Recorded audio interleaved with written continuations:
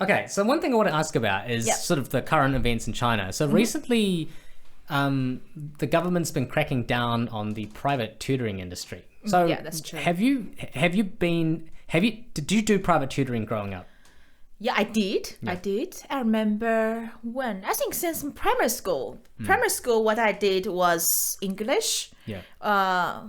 Maybe year 3 we started to learn English, but my parents wanted me to learn English more, and we just signed up for a private tutoring about I think Cambridge English something, Right. and went to middle school, junior middle school. We did mathematics, we did physics, those a lot. High school we stopped because high school basically we're studying every day, Right. so we didn't have time. Okay. Yeah, it's quite common for the Chinese students. They go Right. to have this private tutoring. Yeah. Yeah, I saw the news. Chinese government now like stop all the private tutoring institutions. Yeah. Because I think one of the reason I also talked to my parents about this, and they mentioned to me, and one of the reason is in China education we want people they have the equal education, but those private tutoring is quite pricey. Yeah. Really, you have to pay a lot for that. Right. Yeah. And students are from different families, they have different financial status. Yeah. It doesn't mean all the students they can go through the private institution. Okay. Yeah. And which means that they have different performance maybe in the school. Yeah. So that's one of the reason I think. Yeah. It makes it really hard for people from like quite limited financial status family. But another reason is also about it's quite expensive. So if people want to have more than one child, it's quite expensive for them to raise up their child. Okay. Yeah. But I think now, my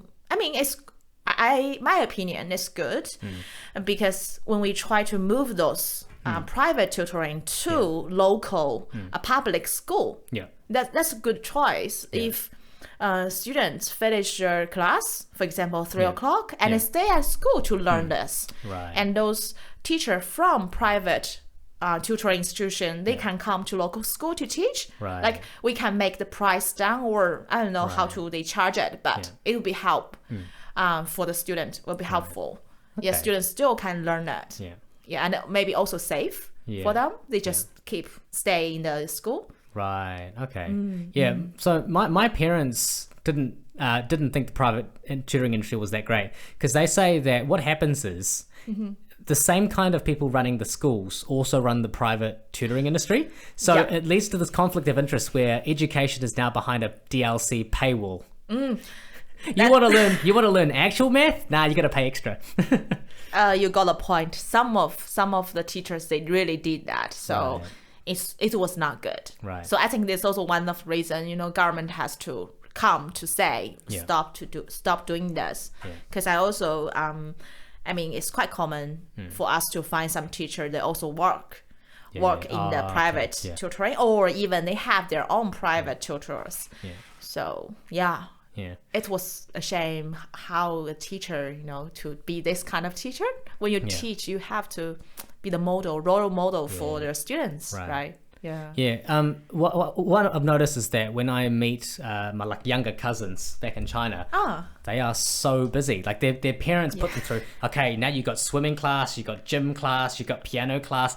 That's true. They've got school, and then they have all these evening classes, and I'm like, oh my goodness, like this child has no other time to do anything else. I think it's more competitive compared to my childhood. Right. Because I also have heard some of my friends, like brothers, they are now in middle school as well. Also, like what you said, gym class. Why gym class? Is that because it's also one of exam, includes one of exam. I think it's why parents force their children to do that. I think because they want them pass the university entrance examination, like get higher score, right, to go to the better university. Just Gaokao is the most important force to them. Because it's such competitive place in China. I hope you enjoyed this clip from episode 3 of the Future Dragons podcast.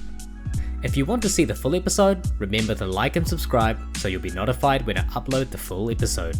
If you only enjoy listening to podcasts, the full episodes are also available on Spotify and Apple Podcasts. Link in description below. Future Dragons is a young professional social group for Chinese in New Zealand, running in Auckland, Wellington and Christchurch. If you're in any of those cities and are interested in meeting up, check out our Facebook pages for events.